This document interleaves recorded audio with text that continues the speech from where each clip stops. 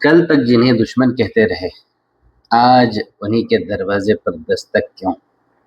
ایران کی تنہائی کا سب سے تلخ لمحہ، جنگ صرف میدان میں نہیں لڑی جاتی، بعض جنگیں سفارتکاری کے میز پر ہار دی جاتی ہیں، گولیاں خاموش ہو جاتی ہیں، میزائل رک جاتے ہیں، لیکن برسوں کی غلط پالیسیاں ریاستوں کا تعاقب نہیں چھوڑتی۔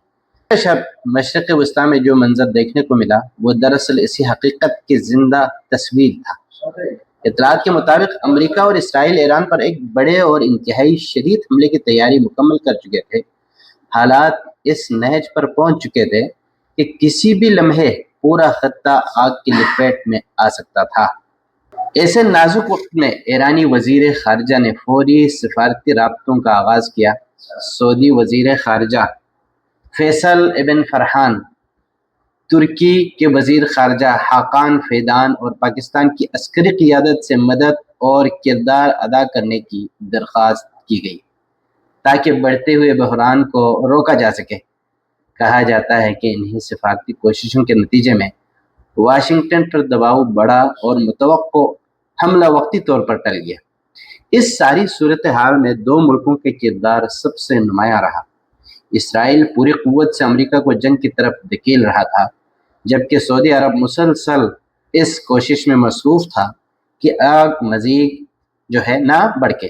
یہ رویہ اس لیے بھی غیر معمولی تھا کہ ایران نے برسوں تک سعودی عرب کو اپنے سیاسی بیانیے میں تقریباً اسرائیل کے برابر کھڑا رکھا، مگر جب فیصلہ کن لمحہ آیا تو ریاض نے جنگ کو روکنے کی کوشش کی، نہ کہ اسے ہوا دینے کی۔ جنگ کے آغاز سے اب تک سعودی عرب کے کردار پر نظر ڈالیں تو ایک حقیقت واضح دکھائی دیتی ہے۔ اس پر یہ الزام ثابت نہیں ہوا کہ اس نے اپنی سرزمین یا فضائی حدود ایران کے خلاف استعمال ہونے دی۔ اسرائیلی طیاروں کے لیے سعودی فضائی حدود بند رہی۔ ایران سے اسرائیل کی جانب جانے والے میزائل روکنے کی بھی کوئی کوشش نہیں کی گئی۔ اس کے باوجود تہران نے حوثیوں اور الحشد الشعبی جیسے گروہوں کے ذریعے سعودی عرب پر دباؤ بڑھانے کی راہ اختیار کی۔ یہ محض اتفاق نہیں بلکہ ایک سوچ کا نتیجہ تھا۔ ایران برسوں سے عرب دنیا کے ساتھ براہ راست طاقت کا توازن بدلنے کی خواہش رکھتا ہے۔ ایران عراق جنگ کے دور میں حالات مختلف تھے۔ اس وقت ایران خود ایک لاغر و کمزور تھا، مگر آج اس کے پاس میزائل ہیں، جدید ہتھیار ہیں، مضبوط فوج ہے اور پورے خطے میں پھیلا ہوا پراکسی نیٹورک بھی موجود ہے۔ شاید اسی اعتماد سے اسے یہ یقین دلایا کہ اب عرب ریاستوں کو بھی اپنی طاقت کا احساس دلانے کا وقت آ گیا ہے۔ دوسرا پہلو معاشی پہ دباؤ کا تھا۔ ایران کو امید تھی کہ آبنائے ہرمز میں کشیدگی سے دنیا لرز اٹھے گی، لیکن سعودی عرب کے بحیرہ احمر والے متبادل راستے نے اس منصوبے کو مکمل کامیاب ہونے نہیں دیا۔ پھر خیال یہ پیدا ہوا کہ اگر باب المندب بھی غیر محفوظ بنا دیا جائے تو سعودی عرب شدید دباؤ میں آ جائے گا اور وہ امریکہ کو ایرانی شرائط ماننے پر مجبور کرے گا۔ حقیقت یہ ہے کہ یہ سفارت کاری نہیں بلکہ کھلی سیاسی بلیک میلنگ تھی، لیکن ریاض اس بلیک میلنگ میں نہیں آیا اور اس نے جھکنے کے بجائے کھڑا ہونا پسند کیا۔ اس نے ایک طرف حوثیوں کے خلاف اپنی عسکری تیاریوں کو تیز کیا، دوسری طرف عراق میں کارروائیوں کے ذریعے یہ پیغام دیا کہ اب سعودی عرب وہ ریاست نہیں رہی جو صرف دفاعی پوزیشن اختیار کرے۔ 11 برس کی مسلسل تیاریوں نے اسے اس مقام پر پہنچا دیا ہے جہاں وہ اپنے مفادات کے تحفظ کے لیے فیصلہ کن اقدامات کرنے کی بھرپور صلاحیت رکھتا ہے۔ حوثیوں نے بھی ایران کے اشارے پر اپنی کارروائیوں سے سعودی عرب کو وہ اخلاقی جواز خود فراہم کر دیا جس کی بنیاد پر ریاض زیادہ سخت موقف اختیار کر سکتا تھا۔ آج یمن میں بدلتی ہوئی صورتحال اسی حقیقت کی گواہی دے رہی ہے، مگر سب سے بڑا سوال کہیں اور ہے۔ ایران کو اپنی بقا کے لیے کن دروازوں پر دستک دینا پڑی؟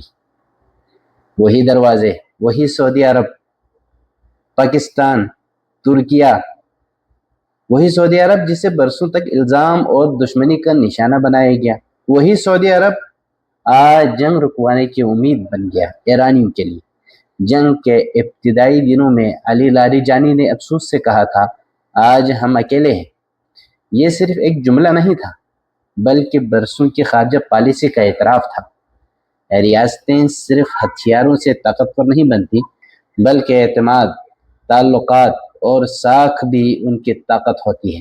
مگر ہر ہمسائے کو دشمن سمجھ لیا جائے، ہر اختلاف کو محض آرائی میں بدل دیا جائے اور ہر تعلق کو نظریاتی ایرک سے دیکھا جائے تو پھر مشکل وقت میں دروازے بند ہی ملتے ہیں۔ تلخ حقیقت یہ ہے کہ ایران کو انہی ممالک سے مدد مانگنی پڑی جنہیں وہ برسوں تک شک کی نگاہ سے دیکھتا رہا۔ شاید یہی لمحہ سب سے بڑا سبق بھی ہے کہ سفارتکاری میں پل جلانا آسان ہوتا ہے، مگر ضرورت پڑنے پر انہی پلوں کو دوبارہ تعمیر کرنا تقریباً ناممکن ہو جاتا ہے۔ اب سوال صرف یہ نہیں کہ ایران تنہا کیوں ہے، بلکہ اصل سوال یہ ہے کہ کیا تہران اپنی پالیسیوں کا احتساب کرے گا، یا پھر اگلی جنگ میں اس کے دروازے پر دستک دینے والا بھی کوئی نہیں ہوگا۔